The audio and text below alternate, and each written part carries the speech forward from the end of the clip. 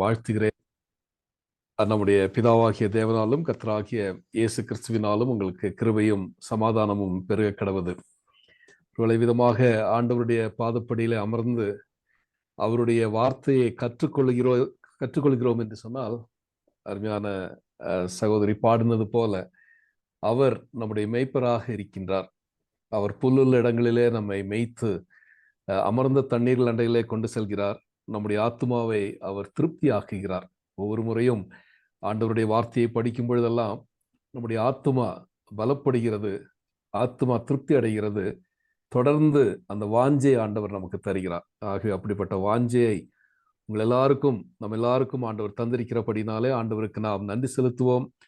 இந்த நாளிலும் ஆண்டவர் எதை குறித்து நம்மோடு கூட பேச விரும்புகிறார் என்ற தனிப்பட்ட விதத்திலே ஒரு எதிர்பார்ப்போடு, ஆவலோடு, ஜெபத்தோடு நாம் காத்திருப்போமே. ஆனால் நிச்சயமாகவே இந்த பாடவேளை முடிவில் ஆண்டவருடைய தெளிவான போதனையை பெற்றவர்களாக, அவருடைய அறிவுரைகளை பெற்றவர்களாக, அவருடைய புத்திமதிகளை பெற்றவர்களாக நாம் இந்த பாடவேளையை முடிக்க ஆண்டவர் உதவி செய்வார். ஆகவே ஜெபசிந்தையோடு நாம் காத்திருப்போம். திறந்த உள்ளத்தோடு ஆண்டவர் எதை குறித்து பேசுகிறாரோ அதை திறந்த மனதோடு ஏற்றுக்கொள்ளக்கூடிய அந்த மனநிலையோடு ஆண்டவருடைய சமூகத்திலே நாம் காத்திருப்போம். ஆண்டவராகிய இயேசு கிறிஸ்து தன்னுடைய ஊழியத்தின் ஆரம்பத்தில் ஏறெடுத்த அந்த மலை பிரசங்கத்தின் முன்னுரையாகிய பாக்கிய வசனங்களை நாம் படித்து கொண்டிருக்கின்றோம். ஆண்டவருடைய கிருபையினாலே 3 வாரங்கள் முடித்து இந்த 4வது வாரத்திற்குள்ளாக ஆண்டவர் இதை படிப்பதற்கு உதவி செய்திருக்கிறார். ஒருவேளை ஏற்கனவே நான் கூறின பிரகாரமாக இந்த மலை பிரசங்கத்தை படிக்கும் பொழுது அதனுடைய பின்னணியத்தை நம்முடைய மனதிலே வைத்துக் கொள்வது மிக மிக அவசியம். யோவானை தொடர்ந்து ஆண்டவர் இந்த ஊழியத்தை செய்யும் பொழுது ஆரம்பிக்கும் பொழுது மனம் திரும்புங்கள், பரலோக ராஜ்யம் சமீபத்திருக்கிறது என்ற அந்த போதனையோடு கூட இந்த மலை பிரசங்கத்தினுடைய துவக்கத்தை அவர் தருகிறார். அப்படியானால் ஆண்டவராகிய இயேசு கிறிஸ்துவுடைய போதனை ஒரு ராஜ்யத்தை சம்பந்தப்பட்டது, அது பரலோக ராஜ்யத்தை சம்பந்தப்பட்டது. அந்த ராஜாவினுடைய வார்த்தைகளை தான் இந்த மலை பிரசங்கத்திலே நாம் பார்க்கிறோம். அது மாத்திரமல்ல, அந்த ராஜ்யத்தினுடைய கொள்கை விளக்க அறிக்கை, மேனிஃபெஸ்டோ என்று சொல்கிறோமே. இந்த நாட்களிலே தேர்தல்கள் எல்லாம் வரும்பொழுது அரசியல் தலைவர்கள் பலவிதமான அந்த கொள்கை அறிக்கை அவர்கள் வெளியிடுவார்கள், மேனிஃபெஸ்டோ. அவ்விதமாக பரலோக ராஜ்யத்தினுடைய ஒரு கொள்கை விளக்க அறிக்கை இந்த மலை பிரசங்கம் என்று சொன்னால் அது மிகையாகாது. அதே நேரத்தில் அந்த ராஜ்யத்தினுடைய சத்தியங்களை குறித்து ஆண்டவர் இந்த மலை பிரசங்கத்திலே கூறுவதை நாம் பார்க்கிறோம். அது ஒரு ஆவிக்குரிய ஒரு ராஜ்யம். ஒருவேளை யூதர்கள் எதிர்பார்த்தபடி ஒரு அரசியல் ராஜ்யத்தை அவர் நிறுவ வரவில்லை. வேதபாரகரும் பரிசேயரும் எதிர்பார்த்தபடி ஒரு ஆன்மீக அரசியலை, இல்லை என்றால் ஒரு மத சம்பந்தப்பட்ட ஒரு அரசியலை, ராஜ்யத்தை நிறுவுவதற்காகவும் அவர் வரவில்லை.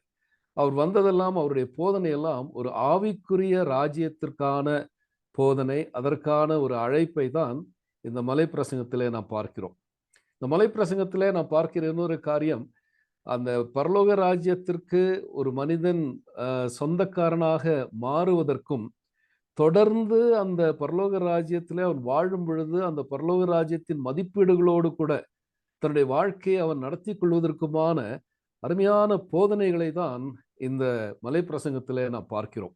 எப்படி இதை சொல்கிறேன் என்று சொன்னால், ஆதியிலே நாம் பார்த்தது போல ஆவியிலே எளிமையுள்ளவர்கள் பாக்கியவான்கள், பரலோக ராஜ்யம் அவர்களுடையது என்று ஆண்டவர் சொல்லும் பொழுது, அந்த ஆவியிலே தான் வறுமை அடைந்த நிலைமையை பார்த்து, இல்லை என்றால் ஆவியிலே ஆவிக்குரிய தன்னுடைய திவாலான நிலைமையை உணர்ந்து அந்த மனிதன் கடவுளை நோக்கி பார்க்கும் பொழுது அவனுக்கு பரலோக ராஜ்யத்தை சொந்தமாக்கும்படியான கிருபையை தருகிறார். இந்த ஆவிக்குரிய வறுமையை தொடர்ந்து அந்த மனிதனுடைய வாழ்க்கையில பாவத்தை குறித்த துக்கம், அந்த துயரம் அவனை அதிகமாக வாட்டும் பொழுது அவன் ஆண்டவருடைய சமூகத்திலே தன்னுடைய பாவத்தை எல்லாம் அறிக்கையிட்டு அந்த துயரத்தின் விளைவாக ஒரு நொறுங்குண்ட ஆவியோடு ஆண்டவருடைய சமூகத்திலே அவன் வரும் பொழுது ஆண்டவர் அந்த மனிதனை ஆறுதல் அடைய செய்கிறார். அந்த ஆறுதலடைய செய்ததனுடைய விளைவு அவனிலே காணப்படுகின்ற அந்த அந்த சாந்த குணம். தன்னுடைய சொந்த பலத்தை அவன் சார்ந்திராதபடி, இல்லை என்றால் தன்னுடைய அதிகாரத்தையும் வல்லமையையும் கட்டுப்பாட்டுக்குள்ளாக வைத்திருந்து தன்னுடைய உரிமைகளுக்காக அவன் உரிமைகளை விட்டு கொடுக்க விரும்பாதவனாக அல்ல, அதை மனம் விரும்பி அதை விட்டு கொடுக்கக்கூடிய அப்படிப்பட்ட அந்த சாந்த குணத்தோடு அவன் தேவன் தனக்கென வைத்திருக்கின்ற சுதந்திரத்திற்கு பாத்திரவானாய் மாறுகின்ற அந்த ஒரு நிலைமை. ஸோ இப்படியாக அந்த பரலோக ராஜ்யத்திலே அவன் பிரவேசிப்பதோடு கூட தொடர்ந்து இந்த ஆவியில் காணப்படுகின்ற எளிமையும் துயரப்படுகின்ற நிலைமையும் சாந்த குணமும் தொடர்ந்து இந்த பரலோக ராஜ்யத்தின் குணாதிசயமாக அந்த பரலோக ராஜ்யத்தின் பிரஜை ஆகிய அந்த விசுவாசியினுடைய வாழ்க்கையில காணப்படுவதை நாம் படித்தோம். இன்று 4வது வாக்கிய வசனமாக ஆண்டவர் கூறுவது மத்தேயு எழுதின சுவிசேஷத்துல 5வது அதிகாரத்துல நாம் அதை வாசிக்கின்றோம். மத்தேயு 5வது அதிகாரத்தின் 6வது வசனம். மத்தேயு 5:6. அதுல என்ன வாசிக்கிறோம்? நீதியின் மேல் பசிதாகம் உள்ளவர்கள் பாக்கியவான்கள், அவர்கள் திருப்தி அடைவார்கள். நீதியின் மேல் பசிதாகம் உள்ளவர்கள் பாக்கியவான்கள், அவர்கள் திருப்தி அடைவார்கள். மார்ட்டின் லாய்ட் ஜோன்ஸ் என்கின்ற அருமையான தேவனுடைய மனிதன் வேதத்திற்கான பல வியாக்கியானங்களை எழுதியிருக்கிறார். பல அருமையான புத்தகங்களை அவர் எழுதியிருக்கிறார். அவர் இந்த வசனத்தை குறித்து கூறும்பொழுது கூறுகிறார், it is something for which we should all be profoundly thankful and grateful to God. நாம் எல்லாருமே இந்த வசனத்திற்காக மிகவும் ஆழமாக ஆண்டவருக்கு நன்றி செலுத்தவர்களாக, நன்றி கடன் உள்ளவர்களாக காணப்பட வேண்டுமாம். காரணம் அவர் கூறுகிறார், I don't know of a better test that anyone can apply to himself or herself in this whole matter of Christian profession than a verse like this. அதாவது கிறிஸ்தவ வாழ்க்கையினுடைய அந்த கிறிஸ்தவ அறிக்கை இருக்கிறோம் அல்லவா, இந்த கிறிஸ்தவ அறிக்கையை பொறுத்த மட்டும் ஒரு அதற்கான ஒரு பரிசோதனை, அந்த கிறிஸ்தவ அறிக்கை, என்னுடைய வாழ்க்கையிலே நான் செய்கின்ற கிறிஸ்தவ அறிக்கைக்கான சரியான ஒரு சோதனை இந்த வசனத்தின் அடிப்படையில தான் இருக்கிறது என்று அவர் கூறுகிறார். கூறிவிட்டு அவர் கூறுகிறார், if this verse is to you one of the most blessed statements of the whole scriptures, you can be quite sure and certain that you are a Christian.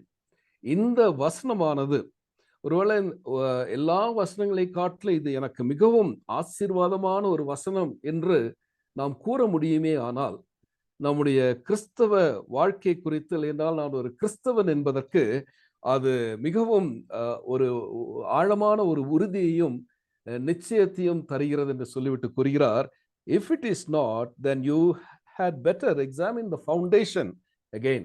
ஒருவேளை இந்த வசனம் உண்மையாகவே என்னுடைய வாழ்க்கையில மிகவும் ஆசீர்வாதமான ஆழமான ஒரு ஆசீர்வாதமான வசனம் என்று நான் உணரவில்லை என்று சொன்னால், என்னுடைய கிறிஸ்தவ அஸ்திபாரத்தையே ஆராய்ந்து பார்க்க வேண்டும் என்று சொல்லி அவர் கூறுகிறார். அப்படியானால் இந்த வசனம் அவ்வளவு ஆசீர்வாதம் நிறைந்த ஒரு வசனம். நீதியின் மேல் பசிதாகம் உள்ளவர்கள் பாக்கியவான்கள், அவர்கள் திருப்தி அடைவார்கள் என்கின்ற இந்த வசனம் மிக மிக மிக முக்கியமான ஆசீர்வாதமான ஒரு வசனம். அப்போ இந்த வசனத்தை பொறுத்த மட்டும் 2 அடிப்படையான தேவைகளை, மனித வாழ்க்கையின் அடிப்படை தேவைகள் 2ஐ நாம் பார்க்கிறோம். ஒன்று பசி, இன்னொன்று தாகம். ஒருவேளை இந்த 2மே நம்முடைய வாழ்க்கையில இல்லை என்று வைத்துக் கொள்ளுங்களேன், ஒருவேளை நம்முடைய நாம் உயிர் வாழ்வதற்கு முடியாத ஒரு சூழ்நிலையாக மாறிவிடும். பசியும் தாகமும் நம்முடைய வாழ்க்கையில நம்முடைய சரீர வளர்ச்சிக்கும் சரீரத்திலே நாம் உயிர் வாழ்வதற்கும் இன்றியமையாதது இந்த தாகமும் பசியும். ஒருவேளை அநேக நாட்களாக ஒரு மனிதன் எதையுமே சாப்பிடாமல் எதையுமே குடிக்காமல் இருப்பானே, ஆனால் மருத்துவ ரீதியில அவனுக்கு சிகிச்சை அளிக்கப்பட வேண்டும், மருத்துவ உதவி அவனுக்கு தேவைப்படும். அப்போ அவனுடைய அவன் சரீர பிரகாரமான அவனுடைய வாழ்வாதாரத்திற்கு இந்த பசியும் இந்த தாகமும் மிக மிக அவசியம். இது நம்முடைய வாழ்க்கையில ஒரு தீவிரமான ஒரு தேவை என்று நாம் அறிந்து கொள்ள வேண்டும். அதே நேரத்தில் இது ஒரு விருப்பமும் கூட. பசி வரும் பொழுது நிச்சயமாகவே நாம் விருப்பத்தோடு ஆகாரத்தை உண்கிறோம். அவ்விதமாகவே நாம் தாகத்தினாலே வலையும் பொழுது ஆவலோடு அந்த ஏதாவது ஒரு பானத்தை குடிக்க நாம் விரும்புகிறோம். இது சரீர பிரகாரமான ஒரு தாகம் அல்லது பசி என்று சொல்லலாம். இந்த சரீர பிரகாரமான பசி அல்லது தாகத்தை காட்டிலும் இன்னொரு பசியும் அடிப்படையாக மனிதனுடைய வாழ்க்கையில காணப்படுகிறது. அது இந்த உலக பிரகாரமான ஒரு பசி, உலக பிரகாரமான ஒரு தாகம். மனிதன் சிற்றின்பங்களுக்காக, இல்லையென்றால் பலவிதமான இன்பங்களுக்காகவும் சந்தோஷத்திற்காகவும் அவன் அவன் தாகமாக இருக்கின்றான். எப்படியாகிலும் எனக்கு எனக்கு இந்த இந்த இன்பத்தை நான் அனுபவிக்க வேண்டும், இல்லையென்றால் இந்த மகிழ்ச்சி எனக்கு தருகின்ற இந்த செயலில நான் என்னை ஈடுபடுத்திக் கொள்ள வேண்டும் என்று சொல்லி அவன் அவன் விரும்புகிறான். He is pleasure hungry. அவனுக்கு அந்த அந்த சிற்றின்பத்தில ஒரு பசி, அதற்கான ஒரு ஏக்கம், அதற்கான ஒரு தாகம். இன்னொரு விதத்திலே பார்க்கும் பொழுது அவனுக்கு அதிகாரத்திற்காகவும் அவனுக்கு அந்த அந்த அந்த அந்த பவர் என்று சொல்கிறோமே, அந்த வல்லமை, அவனுக்கு இருக்கக்கூடிய அந்த அதிகாரத்திற்கான ஒரு ஒரு பசி, இல்லை என்றால் அது ஒரு தாகம், பவர் ஹங்கிரி. இது இது நாம் இயல்பாக நாம் பார்க்கிறோம். அது மாத்திரமல்ல, ஒரு சிலரை நாம் பார்ப்போமேயானால் மற்றவர்களால் புகழப்பட வேண்டும் என்கின்ற ஒரு தாகம். மற்றவர்கள் தன்னை எப்பொழுதுமே உயர்த்தி பேச வேண்டும், அந்த பேச்சை அவளோடு கேட்பதற்கான அந்த ஒரு பசி, அந்த ஒரு தாகம், பிரேஸ் ஹங்கர் என்று அதை குறித்து நாம் சொல்ல முடியும். ஸோ இப்படியாக மனிதன் இன்பத்திற்காகவும் அதிகாரத்திற்காகவும் மற்றவர்கள் தன்னை புகழ வேண்டும் என்றும், இன்னும் பொசிஷன், பதவிக்காக, இல்லையென்றால் பொசஷன்ஸ், அவனுடைய உடைமைகள், இவைகளுக்கான ஒரு ஒரு தாகம், இதற்காக அவன் ஓடுகிறான். எப்படியாகிலும் என்னுடைய உடைமைகளை நான் பெருக்கிக் கொள்ள வேண்டும், என்னுடைய பதவியை நான் உயர்த்தி கொள்ள வேண்டும் என்று சொல்லி அதற்காக அவன் அதிகமாக பிரயாசப்படுவதை பார்க்கிறோம். அதற்கான ஒரு தாகம் அவனுக்குள்ளாக இருப்பதை பார்க்கிறோம். அருமையானவர்களே, இந்த தாகம் உலக பிரகாரமான ஒரு தாகம். நாம் உலக பிரகாரமான தாகம் என்று லேசாக அதை தள்ளிவிட முடியாது. விசுவாசிகள் என்று அழைக்கப்படுகிறோமே, நம்முடைய வாழ்க்கையிலும் இப்படிப்பட்ட தாகமும் பசியும் ஒருவேளை காணப்படும். எனக்கு நல்ல பெருமையான ஒரு பொறுப்பு எனக்கு வேணும், பெரிய அந்தஸ்து எனக்கு வேணும், மற்றவர்களை என்னை அதிகமாக புகழ வேண்டும், என்னுடைய ஊழியத்தை குறித்து புகழ வேண்டும், என்னுடைய வாழ்க்கை குறித்து புகழ வேண்டும், இப்படியெல்லாம் விரும்புகிற அந்த ஊழியத்தின் நிமித்தமாக எனக்கு கிடைக்கின்ற அதிகாரங்களுக்காக எப்படியாகலும் மல்யுத்தம் பண்ணியாவது அதை நான் பெற்றுக்கொள்ள வேண்டும் என்கின்ற அந்த பதவி மோகம் இன்று துரதிருஷ்டவசமாக நம்முடைய கிறிஸ்தவ சமுதாயத்தையும் அது பாதித்து விடுகிறது. இது உலக பிரகாரமான ஒரு விதமான தாகம். இதைத்தான் எசாயா தீர்க்கதரிசி தன்னுடைய தீர்க்க தரிசனத்துல 55வது அதிகாரத்துல 2வது வசனத்திலே கூறுகிறார். 55வது அதிகாரம் ஏசாயா 55:2, நீங்கள் அப்பமல்லாததற்காக பணத்தையும் திருப்தி செய்யாத பொருளுக்காக உங்கள் பிரயாசத்தையும் செலவழிப்பானேன். இதுதான் இன்று உலகம் செய்து கொண்டிருக்கிறது. அவர்கள் அப்பமில்லாத ஒன்றுக்காக தங்களுடைய பணத்தை செலவழிக்கவும், திருப்தி செய்யாத ஒன்றுக்காக அவர்கள் பிரயாசப்படுவதையும் நாம் பார்க்கிறோம். இதை நாம் வாசிக்கும் பொழுது ஏதோ இது அவிசுவாசிகளுக்காக எழுதப்பட்ட ஒரு வசனம் என்று சொல்லி லேசாக இதை நாம் கடந்து விடக்கூடாது. நம்முடைய வாழ்க்கையிலும் இந்த ராத்திரி வேளையில நம்மை ஆராய்ந்து பார்ப்போம். எவ்விதமாக நாம் முயற்சி நம்முடைய வாழ்க்கையில காணப்படுகிறது. எதற்கு நாம் முக்கியத்துவத்தை கொடுக்கிறோம்? ஆவிக்குரிய ஆண்டவருடைய இந்த வசனத்தின்படி அந்த நீதியின் மீது இருக்கின்ற பசிதாகம் நமக்கு காணப்படுகிறதா? இல்லை என்றால் ஆவிக்குரிய வாழ்க்கையில வாழ்ந்து கொண்டே ஆவிக்குரிய ஒரு சில காரியங்களில என்னுடைய சுயத்திற்கான ஒரு பசியும் தாகமும் காணப்படுகிறதா என்று ஒரு வேளை நாம் ஆராய்ந்து பார்ப்போமே, ஆனால் நலமாக இருக்கும். ஏனென்றால் இந்த தாகமும் இந்த பசியும் ஒரு பொழுதும் நிவர்த்தி செய்யப்படக்கூடிய ஒன்று அல்ல. ஒரு பொழுதும் அந்த தாகமும் பசியும் தணிக்கப்படாது. அது இன்னும் தேவை என்கின்ற அந்த தேவை உணர்வை தான் நமக்குள்ளாக கொண்டு வருமே ஒழிய, இவைகளெல்லாம் நிரந்தரமான ஒரு திருப்தியான ஒரு நிலைமைக்கு, ஆவிக்குரிய அந்த திருப்தி, த ஸ்பிரிச்சுவல் கண்டென்ட்மெண்ட் என்று சொல்கிறோமே, இல்லையா ஸ்பிரிச்சுவல் சாட்டிஸ்ஃபேக்ஷன் என்று சொல்கிறோமே, அந்த ஆவிக்குரிய அந்த ஒரு ஒரு நிலைமைக்கு இது நம்மை வழி நடத்தவே நடத்தாது. எப்பவுமே நமக்குள்ளாக இன்னும் இந்த இந்த உலக பிரகாரமான தேவைகள் நமக்கு அவசியம் என்று சொல்லி நாம் யோசிக்க முற்படுவோம். எவ்வளவுதான் சம்பாதித்தாலும், எவ்வளவுதான் புகழ் சேர்த்தாலும், அது இன்னும் தேவை என்கின்ற அந்த ஒரு தேவை உணர்வை தான் தருமே ஒழிய, எந்த விதத்திலும் ஒரு திருப்திகரமான ஒரு வாழ்க்கையை அது தந்து விடாது. ஏனென்றால் மனிதன் இந்த உலகத்திற்காக படைக்கப்பட்டவன் அல்ல, அவன் நித்தியத்திற்காக படைக்கப்பட்டவன். ஆண்டவர் தன்னுடைய சாயலின்படியும் தன்னுடைய ரூபத்தின்படியும் மனிதனை ஆதி நாளிலே படைத்தார். ஆனால் பாவம் அந்த நோக்கத்தையே தாறுமாறாக்கிவிட்டது. அவனுக்குள்ளாக இருக்கக்கூடிய அந்த நித்தியத்தை குறித்த கவலை அவனுக்கு இல்லாமல் போய்விடுகிறது. ஆகவே தான் ஜான் பைப்பர் என்கின்ற தேவனுடைய மனிதன் கூறும்பொழுது கூறுகிறார், God has put eternity in our hearts. நம்முடைய உள்ளங்களிலே அவர் நித்தியத்தை தந்திருக்கிறார். And we have an inconsolable longing. அதாவது எந்த விதத்திலும் தேற்ற முடியாத, இல்லை என்றால் ஆற்றுப்படுத்த முடியாத ஒரு ஏக்கம். இயல்பாகவே மனிதனுடைய உள்ளத்துல கடவுளை குறித்த ஒரு ஏக்கம் உண்டு. ஒருவேளை அது மனிதன் அதை வெளிப்படுத்த மாட்டான். ஆனால் அவனுக்குள்ளாக, அவன் நித்தியத்திற்காக படைக்கப்பட்டபடியினாலே அவனுக்குள்ளாக அப்படிப்பட்ட ஒரு ஆற்ற முடியாத, தணிக்க முடியாத ஒரு ஏக்கம் அவனுக்குள்ளாக காணப்பட்டு கொண்டே இருக்கிறது. ஆகவே நித்தியத்திற்காக படைக்கப்பட்ட நாம் அநித்தியமான பொருட்களின் மூலமாக ஒரு திருப்தியை தேட நாம் முற்படுவோமே ஆனால் தோல்வி அடைந்து விடுவோம். ஆகவே தான் பாஸ்கல், அது நமக்கு எல்லாருக்குமே தெரிந்த ஒரு அருமையான ஒரு வாசகம். அவர் கூறும் பொழுது கூறுகிறார், காட் ஷேப்ட் வேக்யூம் இன் அவர் லைஃப்ஸ்.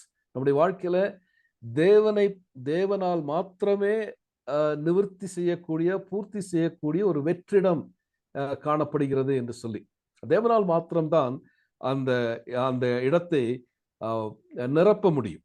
அப்போ இந்த இந்த இந்த 4வது பாக்கிய வசனத்தை ஆண்டவர் கூறும் பொழுது இந்த சரீர பிரகாரமான அந்த பசி தாகத்தை குறித்தோ உலக பிரகாரமான அந்த பசி தாகத்தை குறித்தோ அவர் அங்கே பேசவில்லை. அவர் அங்க பேசுவதெல்லாம் ஏற்கனவே ஆரம்பத்திலே கூறினது போல பரலோக ராஜ்யத்தை சம்பந்தப்பட்ட ஆவிக்குரிய ஒரு பசியை குறித்தும் ஆவிக்குரிய ஒரு தாகத்தை குறித்தும் தான் அவர் இந்த வசனத்திலே கூறுகிறார். நீதியின் மேல் பசிதாகம் உள்ளவர்கள் பாக்கியவான்கள் என்று கூறும் பொழுது அந்த ஆவிக்குரிய பசி, அந்த ஆவிக்குரிய தாகம் ஒரு மனிதனுக்கு அவசியம். அப்படியானால் இந்த தாகம் என்ன? இந்த ஆவிக்குரிய பசி என்றால் என்ன? மனிதன் அவன் தேவை மிகுந்தவன். பாவத்தினாலே அவன் விழுந்ததினாலே அந்த பாவத்திலிருந்து அவன் மீட்கப்பட வேண்டும் என்கின்ற தேவை நிறைந்தவன் மனிதன். அதே நேரத்துல அந்த பாவத்திலிருந்து விடுதலை அடைவதற்காக அவன் வெறுமை அவனுக்குள்ளாக காணப்படுகின்ற அந்த வெறுமையோடு கூட அந்த பாவத்தின் நிமித்தமாக அவனுடைய வாழ்க்கையிலே காணப்படுகின்ற குற்ற உணர்வு. Other words is man is needy, he is empty and is guilty.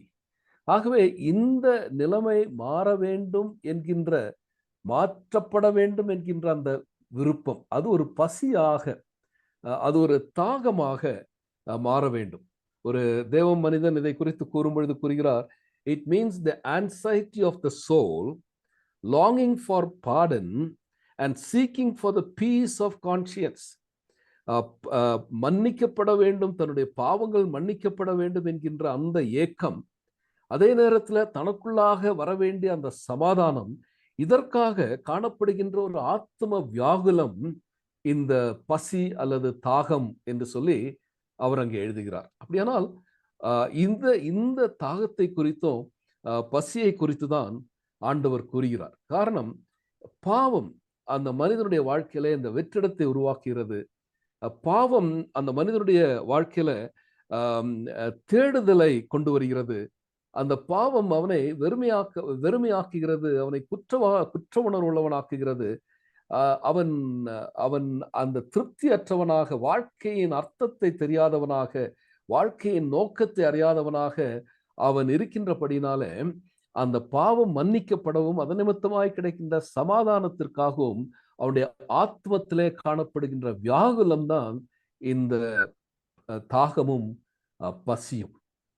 இந்த தாகமும் பசியும் இருக்கும் பொழுது மாத்திரமே ஒருவன் பரலோக ராஜ்யத்துல ஆண்டவர் கூறின மனம் திரும்புங்கள், பரலோக ராஜ்யம் சமீபத்திருக்கிறது என்ற வார்த்தைக்கு அவன் உட்பட முடியும். அப்பொழுதுதான் அவன் பரலோக ராஜ்யத்திற்குள்ளாக பிரவேசிக்க முடிகிறது. அப்போ இந்த தாகத்தை குறித்து தான் ஆண்டவர் இந்த வசனத்தை கூறுகிறார். ஏனென்றால் உலகத்துல இந்த தேவைக்கு இந்த பாவம் என்பது ஒரு நோய், அது ஒரு நோய். ஆனால் இந்த உலகம் அந்த பாவத்திற்கு, அந்த நோயாகிய, அந்த பாவமாகிய நோயிற்கு அந்த வலியை மாற்றுவதற்கான ஒரு ஒரு மருந்தை தான் தருகிறதே ஒழிய, நிரந்தரமாக அந்த வியாதியிலிருந்து விடுதலை அடைவதற்கான எந்த ஒரு மருத்துவ உதவியையும் இந்த உலகம் தருவதில்லை. அதாவது அந்த வலியிலிருந்து தப்பித்துக் கொள்வதற்கு தற்காலிகமாக ஒரு சில இன்பங்கள், ஒரு சில உயர்வுகள், ஒரு சில கவர்ச்சிகள், இவைகளை தந்து நம்மை வழி விலக செய்து விடுகிறது. ஆனால் ஆண்டவர் மாத்திரம்தான் இந்த பாவ நோயிலிருந்து ஒரு நிரந்தரமான விடுதலையை நம் ஒவ்வொருவருக்கும் தர முடியும். எல்லா மனிதருக்கும் ஆண்டவர் மட்டும்தான் அந்த பாவ நோயிலிருந்து விடுதலை தர முடியும். ஆகவேதான் ஆண்டவர் இதை குறித்து கூறும் பொழுது வேதாகமத்துல ஒரு சில மனிதனுடைய உள்ளத்துல இந்த பாவ நோயிலிருந்து அவர்கள் விடுதலை அடைவதற்காக ஆண்டவரை நோக்கி கதறுகிற அநேக வார்த்தைகளை, வசனங்களை நாம் பார்க்க முடியும். ஆனால் ஒரு நபருடைய வாழ்க்கையில, தாவீது ராஜாவுடைய வாழ்க்கையில அந்த மனிதன் எவ்விதமாக அந்த மனிதனுடைய ஆத்துமா ஆண்டவருக்காக வாஞ்சித்து, ஆண்டவருக்காக ஏக்கம் கொண்டது என்பதை குறித்த 2 வசனங்களை மட்டும் உங்கள் மத்தியிலே வைக்க ஆசைப்படுகிறேன். ஒன்று சங்கீதம் 63:1. சங்கீதம் 63:1 முதலாவது வசனம். அவர் கூறுகிறார், தேவனே நீரே என்னுடைய தேவன், அதிகாலமே உம்மை தேடுகிறேன். இது அந்த மனிதனுடைய ஒரு வாஞ்சி, அந்த ஒரு விருப்பம், மனநிலை. ஆண்டவரை அதிகாலமே தேடுகின்ற அற்புதமான ஒரு அனுபவம் இது நம்ம ஒவ்வொருவருக்கும் இருக்கிறது என்று சொல்லி நம்புகிறேன். அதிகாலையிலே என்னை தேடுகிறவன் என்னை கண்டடைகிறான் என்ற ஆண்டவருடைய வார்த்தையின்படி அதிகாலையிலே இந்த மனிதன் ஆண்டவரை தேடுகிறான். தொடர்ந்து அவர் என்ன கூறுகிறார், வறண்டதும் விடாய்த்ததும் தண்ணீரற்றதுமான நிலத்துல என் ஆத்துமா உம்மேல் தாகமாயிருக்கிறது, என் மாம்சமானது உம்மை வாஞ்சிக்கிறது. இது அந்த மனிதனுடைய அந்த அந்த அந்த அந்த ஏக்கத்தை காண்பிக்கின்றது. இந்த இடத்துல அவர் சொல்லும் பொழுது அந்த ஒரு மனிதனுடைய ஆவிக்குரிய அந்த ஒரு வறட்சியான நிலைமையை இது காண்பிக்கிறது.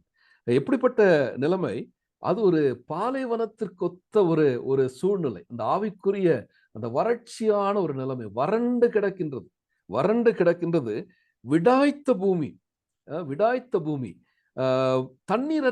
தண்ணீரற்றதான நிலம். ஒருவேளை இந்த பயங்கரமான வறட்சியான காலங்கள்ல ஒருவேளை நம்முடைய செய்தித்தாள்களிலோ இல்லை என்றால் தொலைக்காட்சியிலோ நாம் அந்த நிலங்களை பார்க்க முடியும். வெடித்து கிடக்கும். அப்படியே வெடித்து கிடக்கின்ற நிலம். எந்த எந்த எந்த நீர்ப்பாசனத்திற்கும் பயனற்ற, எந்த விளைச்சலுக்கும் பயனற்ற ஒரு ஒரு ஒரு விடாய்த்து போன ஒரு நிலைமை. இதை ஆவிக்குரிய அந்த வறட்சியை காண்பிக்கிறது. அநேகருடைய வாழ்க்கையில இந்த ஆவிக்குரிய வறட்சி காணப்படும். எதிலுமே ஒரு நாட்டமற்ற தன்மை, எதிலுமே நாம் திருப்தி அடைய முடியாத ஒரு சூழ்நிலை, நம்முடைய தாகம் தீர்க்கப்படாதபடி, நம்முடைய பசி ஆற்றப்படாதபடி, நாம் அந்த அந்த நீரூற்றிடத்துல வருவதற்கு கூட விருப்பமில்லாத ஒரு நிலைமையில வாழக்கூடிய ஒரு சூழ்நிலை நம்முடைய வாழ்க்கையில வர வாய்ப்புண்டு.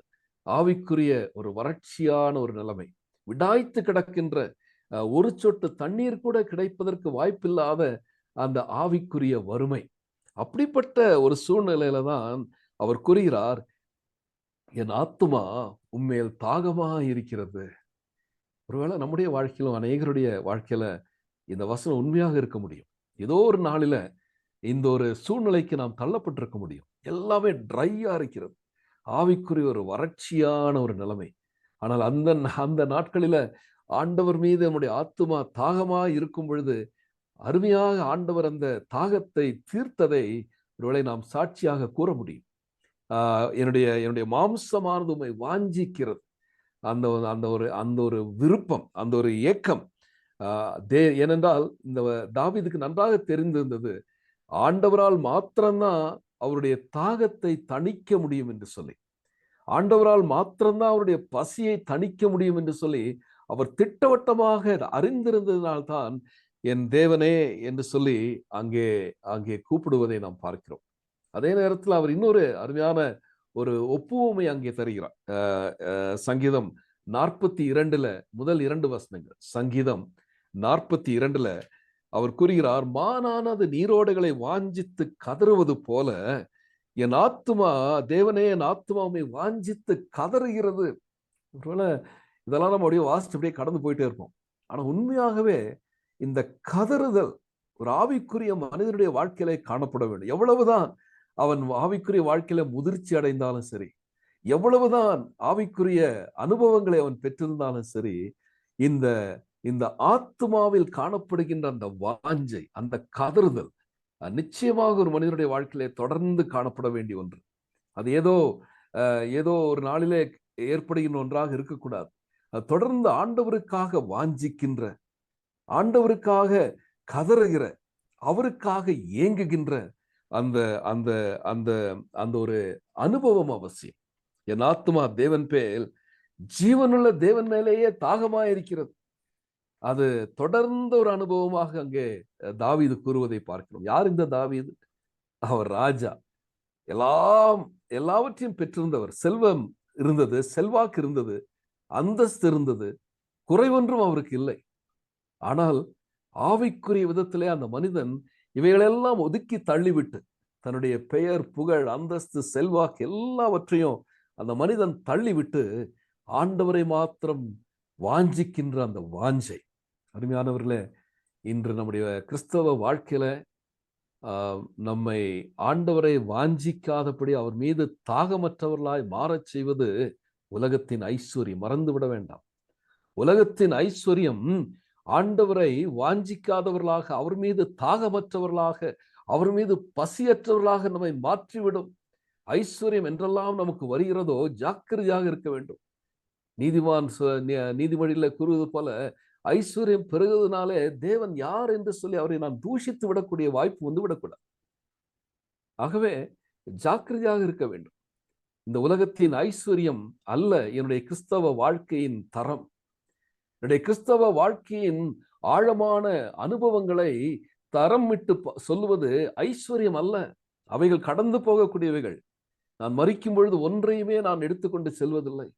ஆனால் இந்த மனிதன் இவ்வளவு செல்வாக்கு பெற்ற ஒரு ராஜாவாக, இஸ்ரவேலின் ராஜாவாக இருந்த தாவீது கூறுகிறார், ஆண்டவரே, என் ஆத்மா உண்மையில் தாகமாக இருக்கிறது, கதறுகிறது, வாஞ்சித்து கதறுகிறது.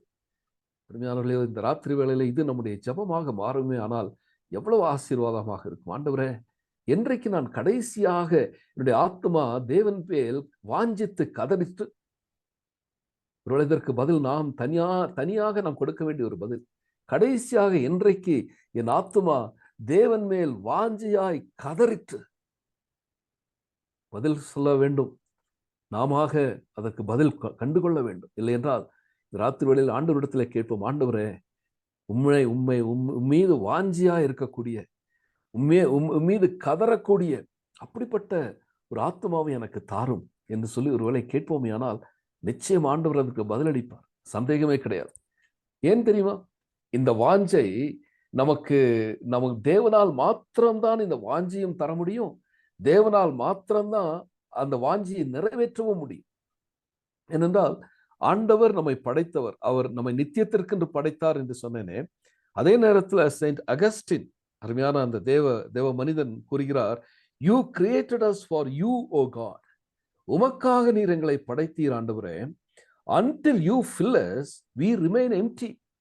நீர் எங்களை நிரப்பும் வரைக்கும் நாங்கள் வெறுமையாகவே காணப்படுவோம். You created us for you, O God. Until you fill us we remain empty. இது என்றைக்கு நாம் உணர்ந்து கொள்ள வேண்டிய, இது என்றைக்கு நம்முடைய ஒரு ஜெபமாக, ஒரு வாஞ்சியாக காணப்பட வேண்டும். ஆண்டவரே, fill me Lord, fill me Lord. Until you fill me I remain empty. இதை நாம் அறிந்து கொள்ள வேண்டும். அப்போ ஆண்டவர் சொல்லும் பொழுது ஆண்டவர் கூறுகிறாரே, நீதியின் மேல் பசிதாகம் உள்ளவர்கள் பாக்கியவான் என்று சொல்லும் பொழுது ஏதோ சாதாரணமான ஒரு பசியை அவர் கூறுகிறார் என்று சொல்லி நாம் இதை புரிந்து கொள்ளக்கூடாது.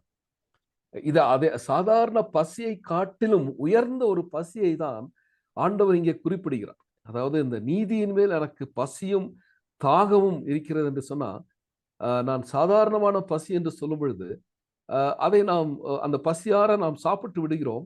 பின்பு அந்த பசியை நாம் மறந்து விடுகிறோம். அது வெகுவாக நம்மை பாதிப்பது கிடையாது.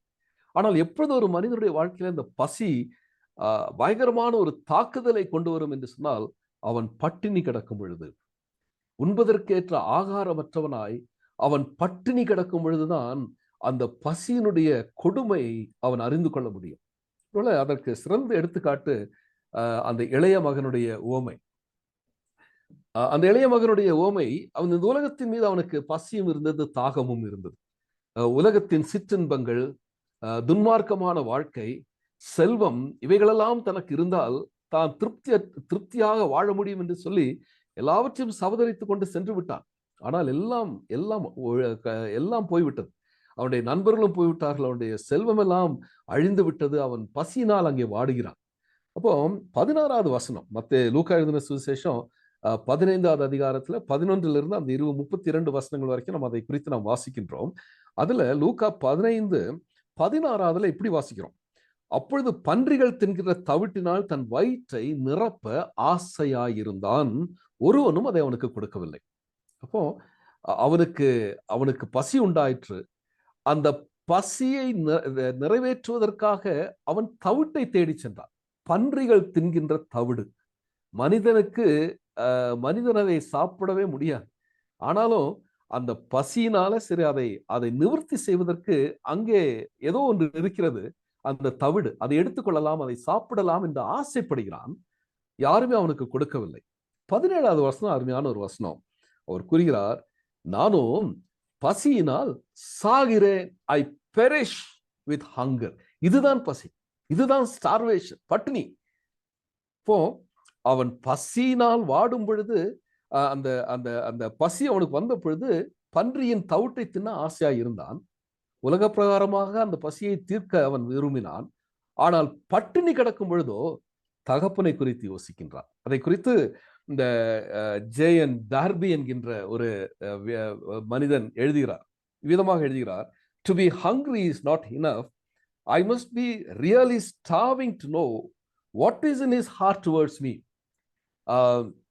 என்னை குறித்து தேவன் என்ன அவருடைய மனதிலே வைத்திருக்கிறார் என்பதை நான் அறிந்து கொள்ள வேண்டும் என்று சொன்னால் வெறும் பசி எனக்கு போதாது, பட்டினி எனக்கு அவசியம் என்று சொல்லிவிட்டு கூறுகிறார், when the prodigal son was hungry, he went to feed upon the husks.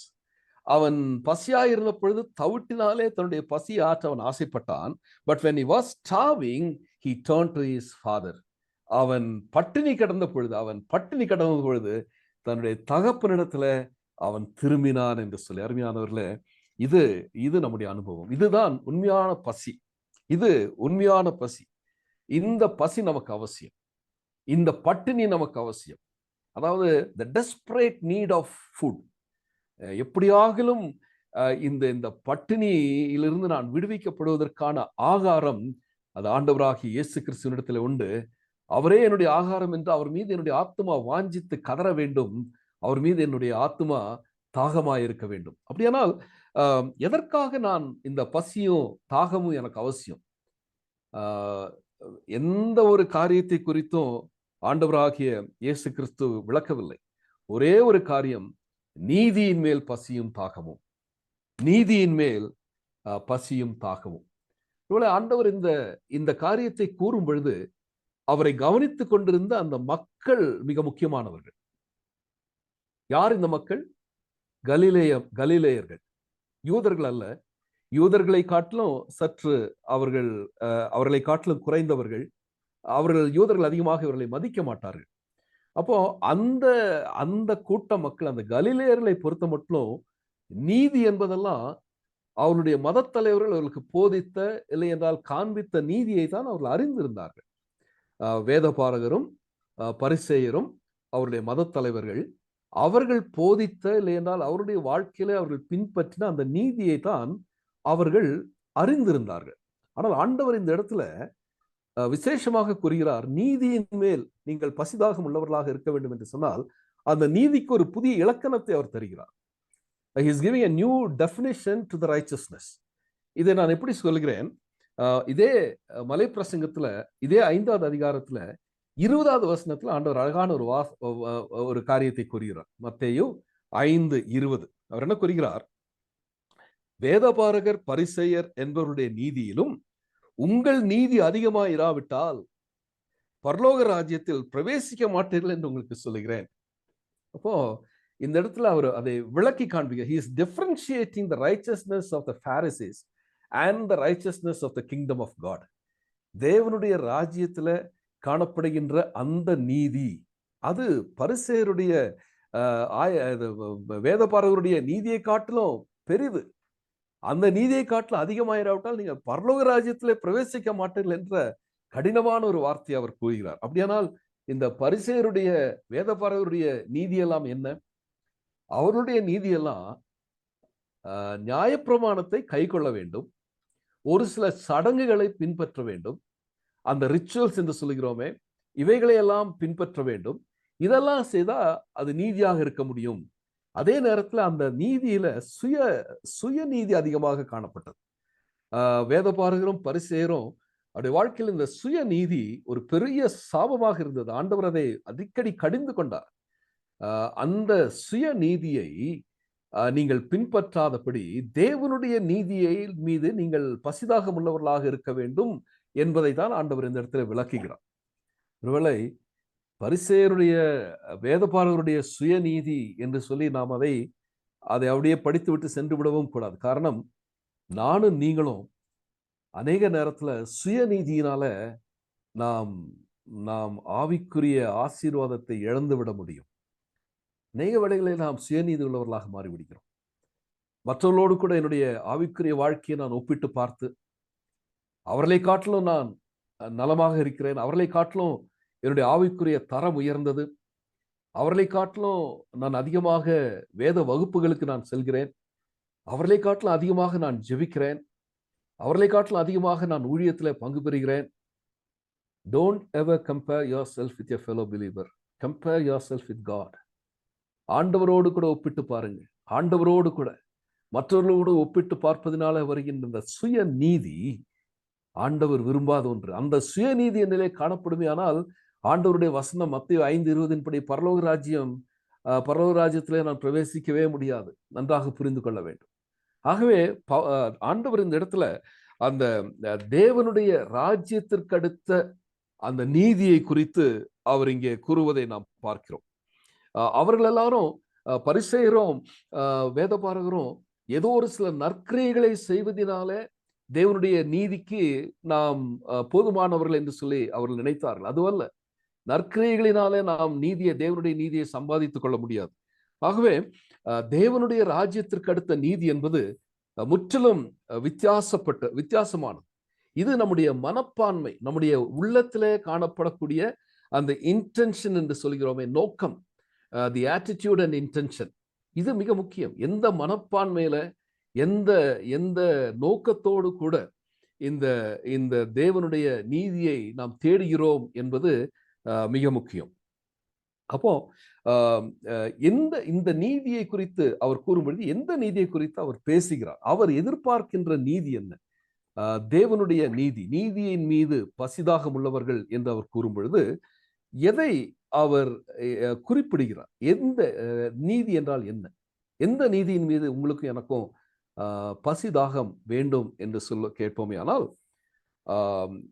தேவனாகிய கர்த்தராகிய கிறிஸ்துவின் மீது இருக்கக்கூடிய அந்த விசுவாசம், அந்த விசுவாசத்தினால நாம் தேவனோடு கூட இணைக்கப்பட்டு அந்த பரிசுத்த ஆவியானவரை நம்முடைய வாழ்க்கையில அவர் தருகின்றாரே, அந்த நீதி, இதை நான் விளக்க விரும்புகிறேன். It's righteousness by faith in Christ. கிறிஸ்துவுக்குள்ளான அந்த விசுவாசத்தினாலே வருகின்ற நீதி, which links believers with Christ. இந்த நீதி விசுவாசிகளை கிறிஸ்துவோடு கூட இணைக்கின்றது. and brings his spirit into us. அவருடைய ஆவியானவரை நமக்கு அவர் தருகிறார். இத புரிந்து கொள்ள வேண்டும். அப்போ இது என்ன ஆகிறது? இந்த கிறிஸ்துவின் மீது இருக்கக்கூடிய விசுவாசத்தினாலே வருகின்ற நீதியினாலே நாம் தேவனோடு இணைக்கப்பட்டு அவருடைய பரிசுத்த ஆவியை நாம் பெற்றுக்கொள்வது எப்படி இது வெளிப்படுகிறது? we become righteous before God. இதை நாம் ஏற்றுக்கொள்ளும் பொழுது தேவனுக்கு முன்பாக நாம் நீதிமான்களாக்கப்படுகிறோம். we are changed inwardly. நமக்குள்ளாக ஒரு மாற்றம், அவுட்வேர்ட்லி கிடையாது. அவுட்வேர்டா நம்ம எல்லாருமே நன்றாக நடிக்க முடியும், அழகாக நடித்து விட்டு போய்விட முடியும். ஆனால் உண்மையாகவே உள்ளத்தளவில அந்த மாற்றம், இந்த மாற்றம் ஒரு நீதியான வாழ்க்கையை வாழ்வதற்கு நமக்கு உதவி அளிக்கிறது. இதுதான் அந்த நீதி. புரிகிறது என்று சொல்லி நினைக்கிறேன். ஆண்டவராகிய இயேசு கிறிஸ்துவின் மீது வைக்கின்ற விசுவாசத்தினாலே வருகின்ற நீதியினாலே தேவனோடு, கிறிஸ்துவோடு இணைக்கப்படுகிறோம். அதன் விளைவாக பரிசுத்த ஆவியானவரை பெற்றுக்கொள்கிறோம். இதன் விளைவாக என்ன நடைபெறுகிறது? தேவனுக்கு முன்பாக நாம் நீதி உள்ளவர்களாக மாற்றப்படுகிறோம். அது நம்முடைய வாழ்க்கையிலே உள்ளான ஒரு மாற்றத்தை கொண்டு வருகிறது. அந்த மாற்றம் நீதி உள்ள ஒரு வாழ்க்கையை வாழ்வதற்கு நமக்கு உதவி செய்கிறது. புரிந்திருக்கும் என்று சொல்லி நம்புகிறேன். அப்போ இதற்கு ஆண்டவருடைய வசனம் நமக்கு அவசியம். வெறுமனே நாம் இந்த காரியங்களை கூறிவிட்டு சென்றால் அது அர்த்தமற்றது. ஆண்டவருடைய வசனத்தினாலே நாம் கூறின வார்த்தைகள் உறுதிப்படுத்தப்பட வேண்டும். அப்படியானால் அந்த வசனம் என்ன? ரோமர் 3:24. ரோமர் 3:24 வாசிக்கிறோம். இலவசமாய் கிறிஸ்து இயேசுவில் உள்ள மீட்பை கொண்டு நீதிமான்களாக்கப்படுகிறார்கள். இது நம்ம ஒவ்வொருவருடைய வாழ்க்கை அனுபவம். இலவசமாய். நாம் இதை சம்பாதிக்கவில்லை, நாம் இதை சுதந்திரிக்கவும் இல்லை, நாம் இதற்காக நாம் உழைக்கவும் இல்லை. இலவசமாய், ஃப்ரீலி, இலவசமாய் கிறிஸ்து இயேசுவுள்ள மீட்பை கொண்டு நாம் நீதிமான்களாக்கப்படுகிறோம். How is it possible? இது எப்படி சாத்தியமாகிறது? இந்த நீதியின் மீது நாம் பசிதாகம் உள்ளவர்களாக மாற வேண்டும் என்று சொன்னால் அந்த தேவனுடைய நீதியை குறித்து நாம் படித்தோம். இந்த நீதியை குறித்து படித்தோம். ஆனால் இது எப்படி நம்முடைய வாழ்க்கையில இது சாத்தியமாகிறது? இது எப்படி சாத்தியமாகிறது என்று சொன்னால் தேவனுடைய நீதியினாலதான் இது சாத்தியமாகிறது. என்னுடைய நீதியினாலே அல்ல, நம்முடைய நீதியினாலே அல்ல. The righteousness of God is the divine attribute. தெய்வீக பண்பு. அது தெய்வீக பண்பு, அவருடைய நீதி, தேவ நீதி என்பது தேவனுடைய பண்பு. அவர் நீதி உள்ளவர். ஒருவேளை அந்த ஒரு விசுவாசினுடைய போராயுதங்களை குறித்து நாம் படித்தோம். அதுல விசுவாசம் என்னும் நீதி என்னும் மார்க்கவசம் என்பதை குறித்து படித்த பொழுது இதை குறித்து சற்று விளக்கமாக நாம் படித்தோம். ஆனாலும் ஒரு சில வசனங்களை மட்டும் நான் உங்களுக்கு சொல்லுகிறேன். நீங்கள் அதை படித்துக் கொள்ளுங்கள், குறித்துக் கொள்ளுங்கள். படித்துக் கொள்வீர்களானால் கர்த்தருடைய அந்த பண்பு என்ன என்பதை நாம் அறிந்து கொள்ள முடியும். சங்கீதம் 11:7. சங்கீதம் 11:7. அதுல கர்த்தர் நீதி உள்ளவர். The Lord is righteous. அதே மாதிரி செப்பனியா 3:5. செப்பனியா 3:5. அங்கேயும் கர்த்தர் நீதி உள்ளவர் என்று சொல்லி நாம் பார்க்கின்றோம். சங்கீதம் 7:11. சங்கீதம் 7:11 தேவன் நீதியுள்ள நியாயாதிபதி என்று சொல்லி வாசிக்கின்றோம்.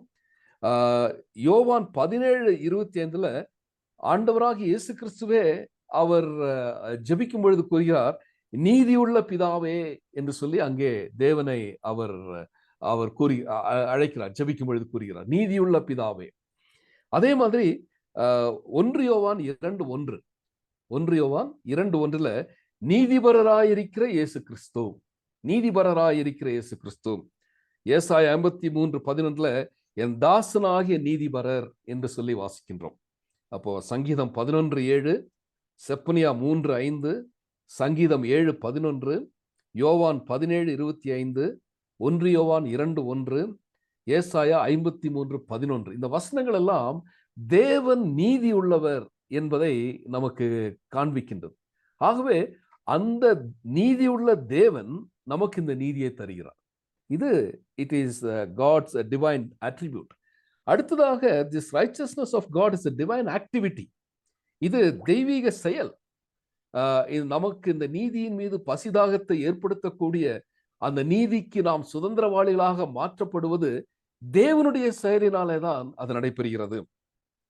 அவர் முன்கை எடுக்கின்றார். God's initiative to make us righteous and to make us right with God. தேவனோடு கூட நாம் நம்முடைய உறவு சரி செய்யப்படுவதற்கு அவர் முன்கை எடுக்கின்றார். எப்படி கூறுகிறேன்? ரோமர் 8வது அதிகாரத்தின் 3-4 வசனங்கள். ரோமர் 8:3-4 மாம்சத்தினாலே பலவீனமாயிருந்த நியாயப்பிரமாணம் செய்யக்கூடாததை தேவன் செய்யும்படிக்கு. நியாயப்பிரமாணத்தால் வருகின்ற நீதி அல்ல.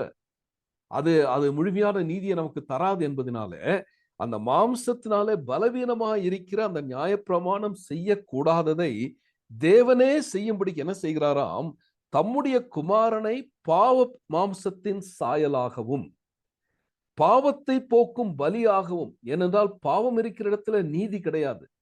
ஆகவே அந்த நீதியை தேவன் நமக்கு தருவதற்காக தன்னுடைய சொந்த குமாரனை பாவ மாம்சத்தினுடைய சாயலாகவும் நம்முடைய சாயலாகவும் பாவத்தை போக்கும் பலியாகவும் அனுப்பி மாம்சத்துல பாவத்தை ஆக்கணைக்குள்ளாக தீர்த்தார். அங்கே தேவனுடைய நீதியை அவர் நிலைநாட்டுகிறார். He fulfills the righteousness of God. தன்னை சிலுவையிலே அவர் ஒப்பு கொடுத்தபடினாலே பாவத்தின் சாயலாக வந்து அந்த பாவத்தை போக்கும் பலியாக தன்னை ஒப்பு கொடுத்ததினாலே தன்னுடைய மாம்சத்தினாலே பாவத்தை ஆக்கணைக்குள்ளாக அவர் தீர்த்தார். அது அவரால் மட்டும்தான் முடியும். ஏனென்றால் அவர் நீதி உள்ள நியாயாதிபதி, அவர் நீதிபரர். ஆகவே அவர் தீர்த்தார். மாம்சத்தின்படி நடவாமல் ஆவியின்படி நடக்கிற நம்மிடத்தில் நியாயப்பிரமாணத்தின் நீதி நிறைவேறும்படிக்கே அப்படி செய்தார். இப்போ இது ஆண்டவருடைய செயல். It's a divine activity. It's not only divine attribute, it is divine activity and it is the divine achievement. அது தெய்வீக சாதனை. உங்களுக்கும் எனக்கும் இந்த நீதியை தருவது அவர் சாதித்தார், அவருடைய சாதனை. அந்த சாதனையை நாம் கொண்டாட வேண்டும். தாழ்மையோடு, இருமாப்போடு அல்ல, தாழ்மையோடு தேவனுடைய அந்த நீதியின் சாதனையை நாம் கொண்டாட வேண்டும். ஏனென்றால் நம்முடைய நீதியெல்லாம் அழுக்கான கந்தையை போல இருக்கிறது என்று சொல்லி ஏசாயா 64வது அதிகாரத்தின் 6வது வசனத்துல வாசிக்கிறோம். இது நம்முடைய நீதி அழுக்கான ஒரு கந்தை, நாம் அணிந்திருக்கிற கந்தை நம்முடைய நீதி, நாம் சொல்லுகின்ற நீதி. ஆனால் ஆண்டவர் அதற்கு மாறாக என்ன செய்தார்? ஏசாயா 61:10வது வசனம், ஏசாயா 61:10 கர்த்தருக்குள் பூரிப்பாய் மகிழ்கிறேன். இது நம்முடைய அனுபவமாக இருக்க வேண்டும். ஒவ்வொரு நாளும் நானும் நீங்களும் கர்த்தருக்குள் பூரிப்பாய் மகிழணும். அதற்கு காரணம் கூறுகிறார், என் தேவனுக்குள் என் ஆத்துமா களிகூர்ந்திருக்கிறது. நான் நீதியின் மேல் பசிதாகம் உள்ளவனா இருக்கும் பொழுது நடைபெறுகிற காரியம் இதுதான். நான் கர்த்தருக்குள் பூரிப்பாய் மகிழ்கிறேன், என் தேவனுக்குள் என் ஆத்துமா களி கூறுகிறது. அவர் கூறுகிறார் காரணத்தை, மணவாளன் ஆபரணங்களினால் தன்னை அலங்கரித்துக் கொள்கிறதற்கும் மணவாட்டி நகைகளினால் தன்னை சிங்காரித்துக் கொள்கிறதற்கும் ஒப்பாக. அருமையான ஒரு ஒப்புமை அங்கே கொண்டு வருகிறார். மணவாளன் தன்னை ஆபரணங்களால் அலங்கரிக்கிறான், மணவாட்டி நகைகளினால் தன்னை சிங்காரித்துக் கொள்கிறாள். அதற்கு ஒப்பாக என்ன செய்கிறாராம்? அவர் ரட்சிப்பின் வஸ்திரங்களை எனக்கு உடுத்தி நீதியின் சால்வையை எனக்கு தரிக்கின்றார்.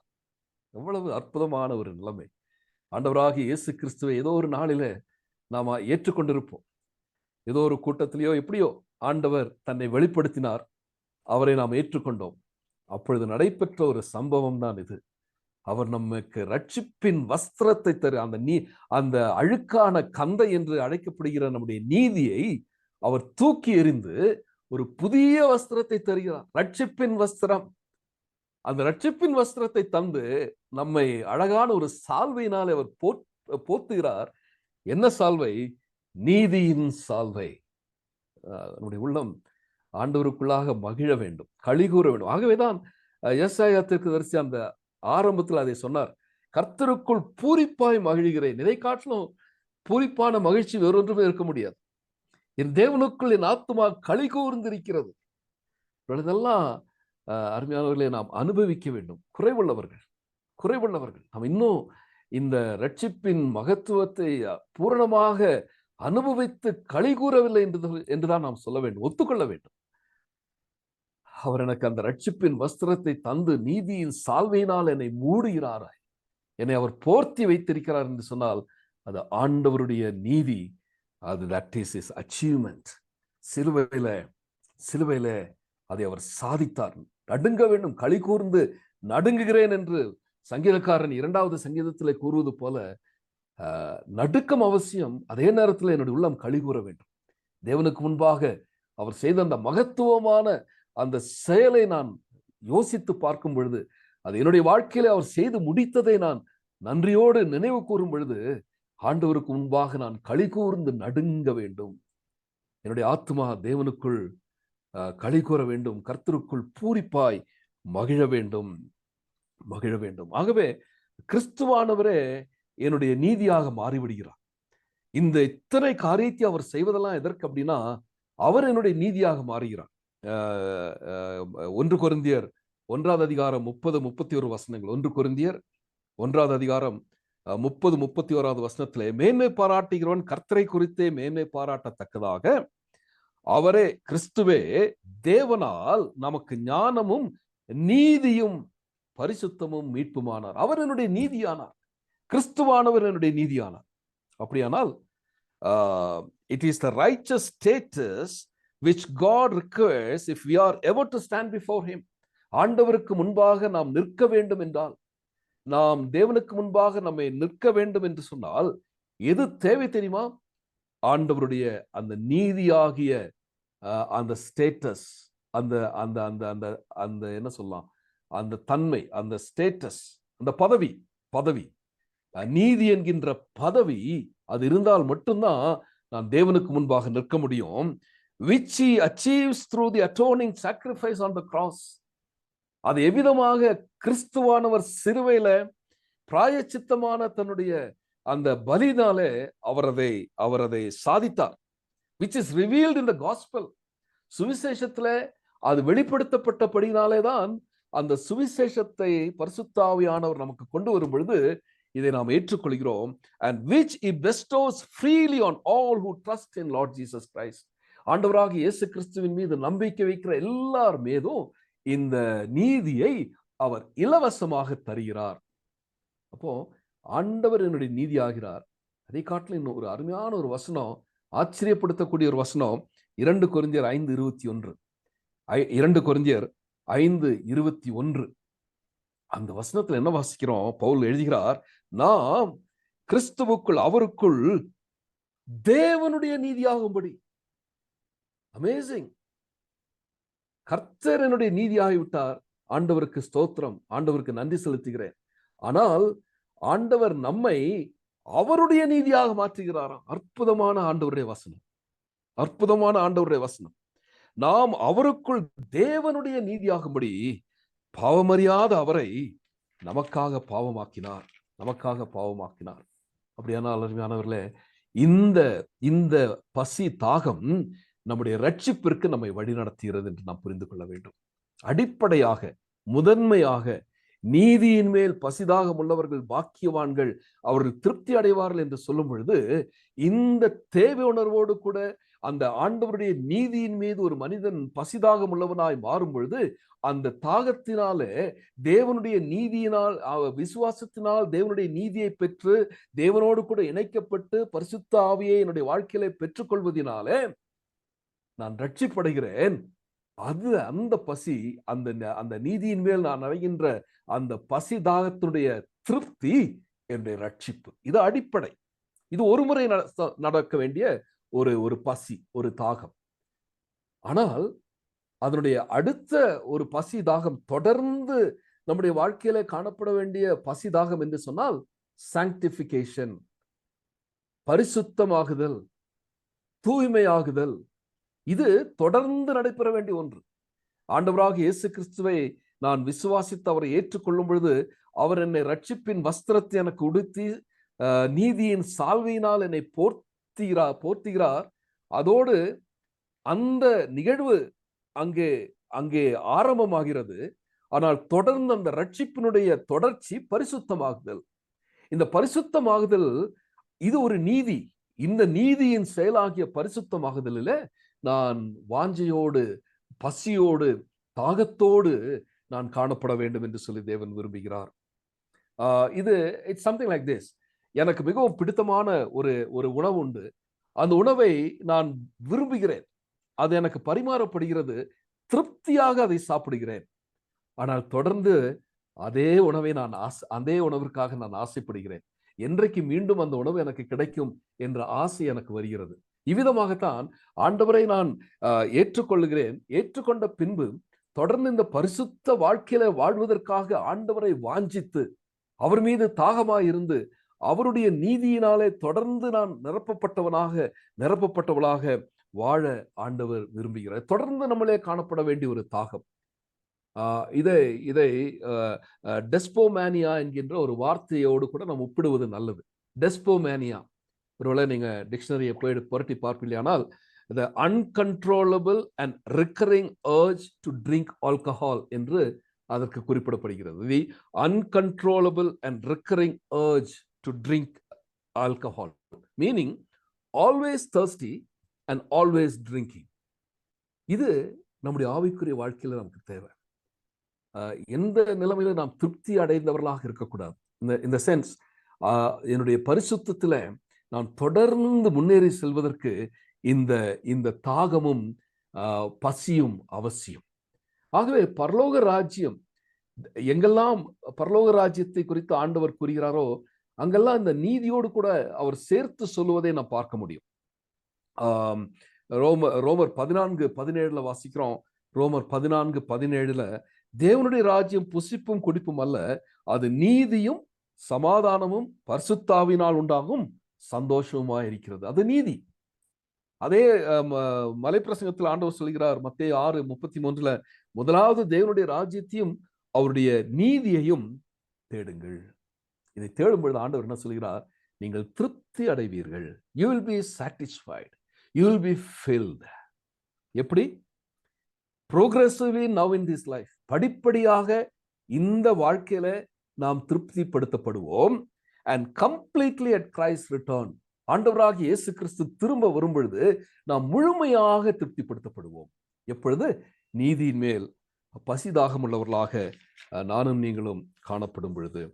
அப்போ இந்த ஹங்கர் அண்ட் தர்ஸ்ட் இருக்கு இல்லையா, it doesn't mean an outward religious reformation, வெளிப்படையான ஒரு மத ரீதியான ஒரு மறுமலர்ச்சியை இந்த நீதியின் மீது இருக்கின்ற பசிதாகம் என்னை திருப்தி செய்யும் பொழுது நடைபெறுவதில்லை. வெளிப்படையான மத ரீதியான மறுமலர்ச்சி, அதற்காக தேவன் நாம் நீதியின் மேல் பசிதாகம் உள்ளவர்களாக இருக்க வேண்டும் என்று கூறவில்லை. மாறாக it is the inward spiritual transformation, எனக்குள்ளாக இருக்கின்ற ஆவிக்குரிய ஒரு மறுமலர்ச்சி, இல்லை என்றால் மறுரூபமாக்கப்படுதல், உள்ளான என்னுடைய ஆவிக்குரிய வாழ்க்கையில ஒரு மறுரூபம், டிரான்ஸ்ஃபர்மேஷன், இது என்னுடைய வாழ்க்கையில தொடர்ந்து நடைபெற வேண்டும். ஆகவேதான் ஆண்டவர் விதமாக கூறி முடிக்கிறார். இயேசு கூறுகிறார் யோவான் 6:35 ஜீவ அப்பம் நானே. யோவான் 6:35 என்னிடத்தில் வருகிறவன் ஒரு காலம் பசியடையான், என்னிடத்தில் விசுவாசமாயிருக்கிறான் ஒரு காலம் தாகமடையான். இது ஆண்டவருடைய வார்த்தை. அதே ஆண்டவர் யோவான் 7:37 கூறுகிறார். யோவான் 7:37 பண்டிகையின் கடைசி நாளாகிய பிரதான நாளிலே இயேசு நின்று சத்தமிட்டு, ஒருவன் தாகமாயிருந்தால் என்னிடத்தில் வந்து பானம் பண்ண கடவன். வேதவாக்கியம் சொல்லுகிறபடி என்னிடத்தில் விசுவாசமாயிருக்கிறவன் எவனோ அவன் உள்ளத்திலிருந்து ஜீவ தண்ணீருள்ள நதிகள் ஓடும். அருமையானவர்களே, இந்த ராத்திரி வேளையிலே அந்த நீதியின் மீதான பசி தாகத்தை தருவதற்காக ஆண்டவருடைய சமூகத்திலே நம்மை சமர்ப்பிப்போம். என்னிடத்துல வரும்படியாக அழைக்கின்ற அந்த அழைப்பை நாம் கேட்போம். ஆண்டவரிடத்துல நம்மை ஆராய்ந்து பார்ப்போம். ஆண்டவரே, என்னிடத்துல உம்மீது நான் என்னுடைய ஆத்மா தாகமா இருக்கிறதா, வாஞ்சித்து கதறுகிறதா? நீர் என்னை எவ்வளவாக அந்த நீதியை என் மீது எனக்கு தருவதற்காக அந்த பாவத்தினுடைய தண்டனையாகிய அந்த தண்டனையை நீர் உம்முடைய சரீரத்துல ஏற்றுக்கொண்டு எனக்கு ரட்சிப்பின் வஸ்திரத்தை உடுத்து நீதியின் சால்வை எனக்கு தருவதற்கு நீர் சித்தம் கொண்டீரே, உமக்கு முன்பாக என்னை சமர்ப்பிக்கிறேன் என்று சொல்லி தாழ்மையோடு நம்மை அர்ப்பணிப்போமா? இந்த 4வது பாக்கிய வசனத்தை முடிப்பதற்கு முன்பாக இதை நாம் யோசித்து பார்ப்போம். The final result of the blessedness is this: those who hunger and thirst after righteousness shall find an abundant satisfaction. இந்த நீதியின் மீது பசிதாகம் உள்ளவர்களை ஆண்டவர் திருப்திப்படுத்துகிறார், நிறைவான திருப்தியை தருகிறார். And they shall become a fountain of blessing and channel of blessing to others. இதற்காக தான் ஆண்டவர் நம்மை திருப்திப்படுத்துகிறார். நாம் திருப்தி அடைந்ததோடு நின்று விடாதபடி நம் மூலமாக மற்றவர்களுக்கும் ஆசீர்வாதத்தை பெற்றுக்கொள்ள முடியும்.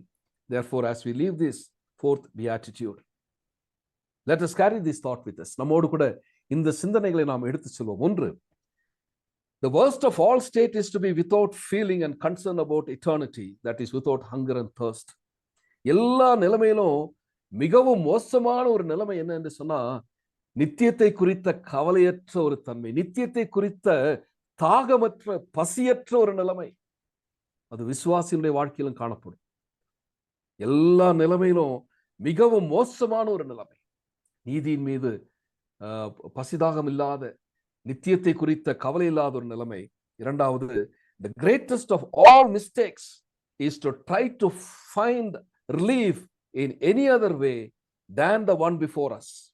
ஒருவேளை எல்லா தவறுகளிலும் மிகப்பெரிய தவறு என்னன்னு சொன்னா, என்னுடைய அந்த வேக்யூம், அந்த வெறுமை இருக்கிறது அல்லவா, அந்த எம்டினஸ், அதை நிரப்புவதற்கு இந்த தேவனுடைய நீதியை தேடுவதை தவிர, அதை விட்டுவிட்டு வேறு எங்கேயாவது இதற்கான அந்த திருப்தி தரக்கூடியதற்காக நான் தேடுவேனே, ஆனால் தவறுகளிலெல்லாம் அது மிகப்பெரிய தவறு என்று சொல்லி இந்த இரண்டு காரியத்தை அருமையான ஒரு தேவனுடைய மனிதன் எழுதி முடிக்கின்றார். The worst of all state is to be without feeling and concern about eternity, that is without hunger and thirst. And the greatest of all mistakes is to try to find relief in any other way than the one before us, that is to hunger and thirst after God and be filled and satisfied. I think Bishop J.C. Ryle தான் இதை குறித்து இப்படி எழுதுகிறார். அருமையானவர்களே, இந்த ராத்திரி வேளையில நம்ம ஆண்டவருடைய சமூகத்துல ஆராய்ந்து பார்ப்போம், எவ்விதமாக இந்த நீதியின் மீது பசியுள்ளவனாக, தாகமுள்ளவனாக நான் வாழ்ந்து கொண்டிருக்கிறேன் என்று. கண்களை மூடுவோம், ஆண்டவருடைய சமூகத்துல நம்மை ஒப்பு கொடுப்போம். கிருபை மிகுந்த எங்கள் பரமபிதாவே, மலை பிரசங்கத்திலே சுவாமி, அநேக ஆண்டுகளுக்கு முன்பாக நீர் பிரசங்கித்த அந்த வசனங்கள் ஆண்டவரே இன்றும் ஜீவனுள்ளதாக இருப்பதற்காக நாங்கள் நன்றி செலுத்துகிறோம். குறைவுள்ளவர்கள் சுவாமி நாங்கள். ஆண்டவரே, நாங்கள் இன்னும் நீதியின் மீது எந்த அளவிற்கு பசியும் தாகமும் உள்ளவர்களாக வாழ வேண்டுமோ அந்த அளவிற்கு இன்னும் நாங்கள் தாகமற்றவர்களாக, பசியற்றவர்களாக இருக்கிறோம் சுவாமி. அதை உணர்ந்து இந்த ராத்திரி வேளையில தாழ்மையோடு எங்களை உடைய கரங்களிலே ஒப்புக் கொடுக்கிறோம். எங்களுடைய நீதிக்காக தேவனுக்கு முன்பாக நாங்கள் நிறுத்தப்படுவதற்கு, குற்றமற்றவர்களாக நாங்கள் நிறுத்தப்படுவதற்கு, ஆண்டவரே நீதிமான்களாக, ஆண்டவரே எங்களுடைய அந்த ஸ்தானத்தை பாவத்திலிருந்து உயர்த்தி நீதிமான்களாக மாற்றுகின்ற அந்த பெரிய செயலுக்கு ஆண்டவரே நீ செய்த பிராயச்சித்தம், நீ செய்த தியாகம், அந்த சிலுவையில ஆண்டவரே உம்முடைய மாம்சத்துல, ஆண்டவரே பாவ மாம்ச சாயலாகி அந்த மாம்சத்திலே நீ பாவத்தை வெற்றி சிறந்தீர். ஆண்டவரே எங்களுக்காக செய்தீரே சுவாமி, நன்றி செலுத்துகிறோம். அழுக்கான கந்தையான எங்களுடைய வஸ்திரங்களை தூக்கி எறிந்து விட்டு ஆண்டவரே ரட்சிப்பின் வஸ்திரத்தை எங்களுக்கு தந்து நீதியின் சால்வையினால் நீர் எங்களை போர்த்தின ஆண்டவரே, அந்த மேலான உம்முடைய செயலுக்கு முன்பாக தலைவணங்கி நிற்கிறோம் சுவாமி. எங்களுக்குள்ளாக எப்போதும் உம்மீது வாஞ்சியோடு ஆண்டவரே தொடர்ந்து எங்களுடைய பரிசுத்த வாழ்க்கையில நாங்கள் வளருவதற்கு எங்களுக்கு ஒரு நல்ல ஒரு பசியையும் தாகத்தையும் நீர் திரும்ப திரும்ப நீர் எங்களுக்கு தாரும் ஆண்டவரே. படிப்படியாக எங்களில அந்த தாகத்தை நீர் வளர்த்தும்படியாய் நாங்கள் ஜெபிக்கிறோம். பசியை பட்டினி கிடக்க நீர் எங்களுக்கு உதவி செய்யும் சுவாமி. ஆண்டவரே எங்களை திருப்திப்படுத்துவீராக. நன்றி ஆண்டவரே, நீர் எங்களை திருப்திப்படுத்துவீர் என்ற வாக்கு தத்துவத்திற்காக உமக்கு நன்றி. தொடர்ந்து சுவாமி உம்மை சந்திக்கும் வரைக்குமாக ஆண்டவரே நாங்கள் தொடர்ந்து மீது தாகமுள்ளவர்களாய், வாஞ்சியுள்ளவர்களாய் வாழ்வதற்கு தலைவணங்கி இருக்கிற எங்கள் எல்லாரையும் ஆண்டவரே நீர் ஆசீர்வதித்து உதவி செய்யும்படியாக கர்த்தரும் இரட்சகருமாகிய இயேசு கிறிஸ்துவின் நாமத்தில் ஜெபிக்கிறோம். ஜீவனுள்ள எங்கள் நல்ல பிதாவே, ஆமென்.